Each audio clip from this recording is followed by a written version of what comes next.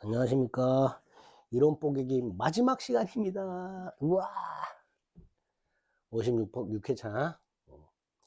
부족하다 싶은 내용들은 문제 풀이에서 또 체크해 드릴 테니까 걱정하지 마시고 계속 반복해서 들어주세요. 문제 풀이 할 때까지. 반복 횟수가 많으면 많을수록 여러분들 실력은 쑥쑥쑥 올라가니까 제발 제 말을 믿고 반복해서 잘 들어주시기 바랍니다. 부동산 실거래 명의등기에 관한 법률, 부동산 실명법이죠. 자, 이것도요. 부동산 실거래자 명의등기에 관한 법률이 어디에 적용되는가와 그 다음에 적용이 됐을 때 명의신탁 약정 유형이 3개가 나와요. 2자간 명의신탁, 3자간 명의신탁, 계약 명의신탁. 요 사례 형태의 문제를 주로 물어봅니다. 목적은 뭐 멋있게 되어 있어. 줄이면 뭐야? 실제 부동산 권리자 이름으로 등기해라. 왜 남의 이름으로 등기하는 너 세금 떼먹을 목적이지? 그런 거 방지할 목적으로 실권리자 이름으로 등기하는 것을 목적으로 하는데 소유권만 되는 게 아니에요. 그 밖에 물권도 돼요. 뭐 예컨대 지상권 같은 것들 이런 것들. 자, 먼저 이 법은요. 명의신탁을 금지합니다. 명의신탁이란 게 뭐냐? 부동산에 관한 소유권 등을 다른 사람 이름으로 등기하기로 하는 약정. 이게 명의신탁 약정이라고 생각하면 돼요. 야, 내 건데 네 이름으로 등기해놔 이거. 자, 이때 이름을 빌려주는 사람이 수탁자고요. 소유자가 신탁자가 되는 거예요. 이게 명의상 약정입니다. 간단하게 말하면. 그런데 허용되는 게 있어요. 부동산 물권을 타인 이름으로 해놨다 하더라도 괜찮은 거. 부실법이 금지하는 명의상 약정이 아닌 거. 반가로 1번 지난 시간에 봤던 가덕이담보 양도담보. 그 다음에 상호명의신탁 또는 구분소유적 공유라고 땅이 하나 있고 등기부상으로는 공유로 등기가 되어 있는데 현장을 가봤더니 가운데 담벼락을 치고 특정 부분을 각각 단독 사용 수익하고 있더라. 이런 게 구분소유적 공유입니다. 즉 등기부상으로는 공유, 내부적으로는 단독 소유. 이게 구분소유적 공유 또는 상호명의신탁이라고 합니다. 이것도 허용합니다. 대내적으로는 단독 소유니까요. 각과 을은 특정 부분을 단독 처분할 수 있고 갑의 특정 부분에 을이 방해하면 갑은 방해 배제 청구할 수 있고 갑이 자신 특정 부분에 Y 건물을 신축 소유하고 을이 강제 경매를 통해서 땅 지분을 취득하더라도 갑소유 땅 갑소유 건물이었다가 을소유 땅 갑소유 건물로 바뀌었으니까 법정 지상권을 취득할 수 있겠지요. 대외적으로는 공유라 그랬습니다. 따라서 을의 특정 부분을 병이 방해했을 때 을뿐만 아니라 갑도 물권적 청구권 행사할 수 있게 됐고요. 정이 만약에 갑이나 을의 지분을 취득했을 때 다른 구분수적 공유자와 정 사이에 구분수적 공유관계가 당연히 인정되는 것은 아니겠죠. 왜? 정은 등기보고 경락받았을 수 있으니까.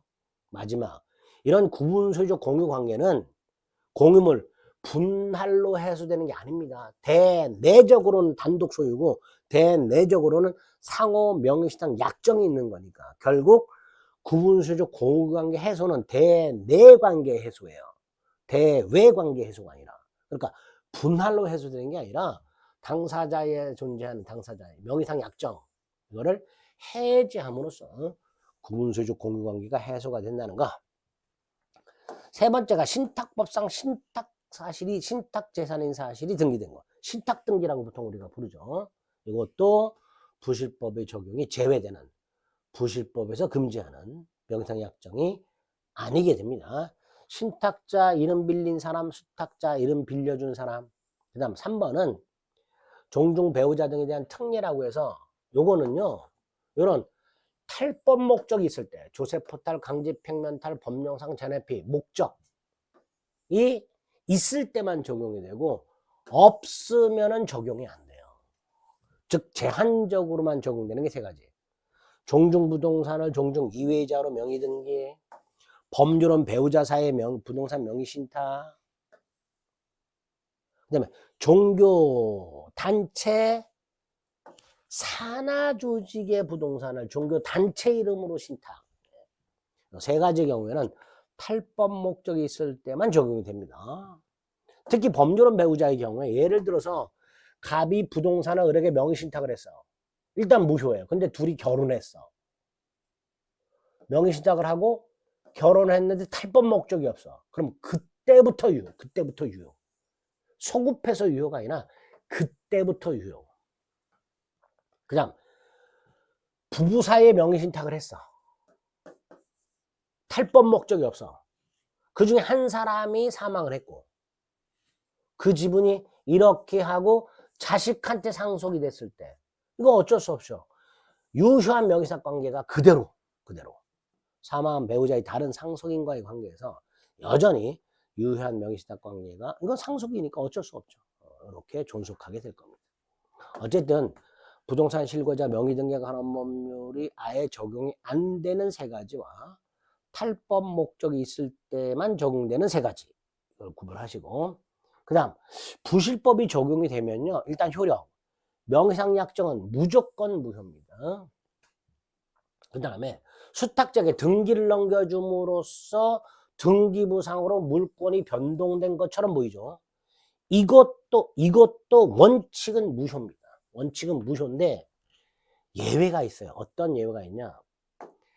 갑이 을과 명의상 약정을 하고 을에게 돈을 줘서 을이 마치 매수인처럼 매매 계약을 하는 경우, 즉 수탁자가 매수인인 경우, 바지사장, 갑은 숨어 있어 이 경우 이런 걸 계약 명의신탁이라고 하고요.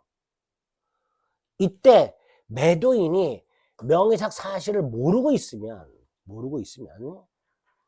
이 을병사의 매매와 을에게 이전된 등기는 예외적으로 유효합니다.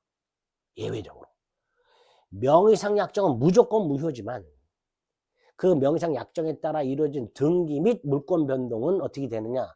그것도 원칙적으로 무효지만 그래서 수탁자는 신탁자든 제3자에 대해서는 소유권을 주장하지 못하는 게 원칙이지만 단 부동산에 관한 물권을 취득하기 위한 계약 매매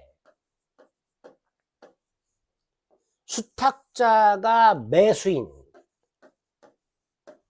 신탁자는 숨어있고 매도인은 선의 요때는 명의상 약정은 당연히 무효지만 매매계약 등기 물권 변동 요거는 유효다. 이번 수탁자 앞으로 가등기만 된 경우에도 부실법이 적용이 된다라는 거. 그 다음 명의상 약정 무효 수탁자 등기 무효. 근데 이 수탁자가 제3자에게 팔아먹었네. 자 여기서 또 하나 조심할 거. 제3자는 선악불문하고 소유권 취득한다는 거. 수탁자와 거래한 제3자는 선악불문하고 소유권 취득한다는 거. 여기까지가 부실법의 기본 내용입니다. 자, 요거 가지고 사례 형태 세 가지를 정리합니다.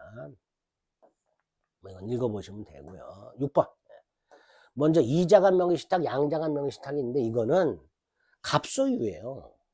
근데 을과 약정하고 을 등기로 한 거야. 을 이름으로. 이게 이자간 명의신탁 가장 단순한 거예요.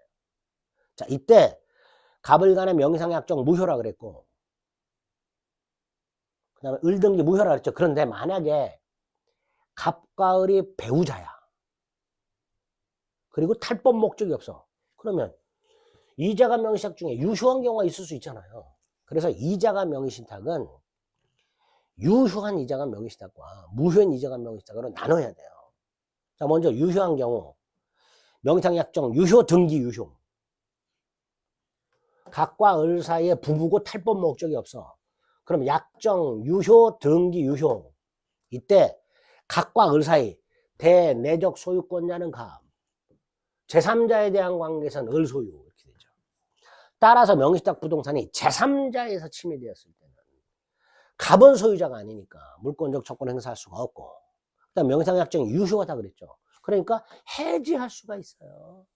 갑은 을과의 약정을 해지하고 말소 등기를 청구할 수 있으며 을이 병한테 팔아먹었다면 병은 선악불문하고 소유권을 취득합니다. 반면에 무효인 경우 약정 무효, 을 등기 무효니까 소유자는 갑이에요. 대내외적으로.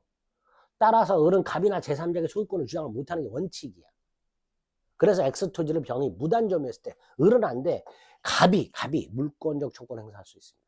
무효인 명의신탁은 무효인 이장한 명의신탁은 신탁자가 대내외적으로 소유자라는 거 기억하시고요. 명상약정 무효고 그다음 명상약정은 반사회 질서가 아니니까 불법 원인급여가 아니기 때문에 갑은 을을 상대로 부당이득 반환 청구할 수 있고 명상약정이 무효니까 무효인 약정은 해지가 안 됩니다.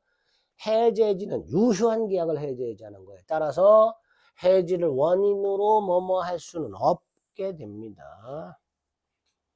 을이 병한테 팔아먹으면 병은 선악불문하고 세권 취득한다 그랬죠. 명의상 약정이 유효든 무효든 수탁자와 거래한 제3자는 선악불문하고 소유권 취득한다는 거. 2자간 명의신탁은 요 정도 기억하시면 되고요. 3자간 명의신탁 또는 중간생략형 명의신탁인데 이건 신탁자, 수탁자가 있는데 신탁자가 매매를 해요. 이렇게. 그리고 매도인한테 부탁해 등기를 이렇게 넘겨주는 거예요. 막바로. 신탁자를 거치지 않고 수탁자에게 바로 등기를 넘겨주는 거야. 신탁자에게 등기를 했다가 다시 넘겨주면 이자간 명의신탁인데 그게 아니고 신탁자가 부동산을 사면서 매도인한테 부탁을 해서 수탁자에게로 막바로 등기를 넘겨주는 걸 등기 명의신탁, 3자간 등기 명의신탁, 3자간 명의신탁, 중간생략형 명의신탁 이렇게 불러요. 이게 나중에 3자간 등기 명의신탁과 계약 명의신탁을 구별해야 되는 문제가 좀 심각하게 나옵니다. 이건 좀 어려우니까 문제풀이 가서 볼 거니까 기본적인 법률 관계 한번 보겠습니다. 다시 한번요. 신탁자와 수탁자가 명의상약정을 했고 신탁자가 매매계약을 했고 매도인한테 부탁을 해서 수탁자에게 바로 등기를 넘겨주는 경우 이게 3자간 명의상입니다. 당연히 명의상약정은 무효예요. 갑을 간에. 따라서 갑은 을과의 약정을 해지할 수가 없어요. 무효기 때문에. 해지를 원인으로 뭐뭐 할 수도 없어요. 갑은 을에게 이전등기 청구를 못합니다. 근데 을이 스스로 등기를 넘겨줬어. 이건 또 유효하답니다. 갑이 을에게 이전등기를 청구를 못하지만 을이 갑에게 스스로 등기를 넘겨준 것은 유효하다. 을등기 무효. 소유권자는 당연히 병이죠. 병은 당연히 을에게 말소등기 청구할 수 있죠. 반면에 5번 갑병계약은 유효하죠. 무효 사유가 없죠. 그러니까 갑은 여전히 병에게 이전등기 청구할 수 있죠. 자, 갑은 병에게 이전등기 청구할 수 있고 병은 을에게 말소등기를 청구할 수 있으니 결과적으로 갑은 병을 대위하여 말소등기를 청구할 수도 있겠죠. 또 갑은 부동산 매수인이죠. 갑이 부동산을 점유하고 있다면 갑의 병에 대한 이전등기 청구는 소멸시효가 중단되죠. 우리가 부동산 매수인의 이전등기 청구권 받지요. 7번 말씀드렸고요. 8번 을이 정한테 팔아먹었다. 정은 선악불문하고 소유권 취득한다. 다시 한번 나오죠.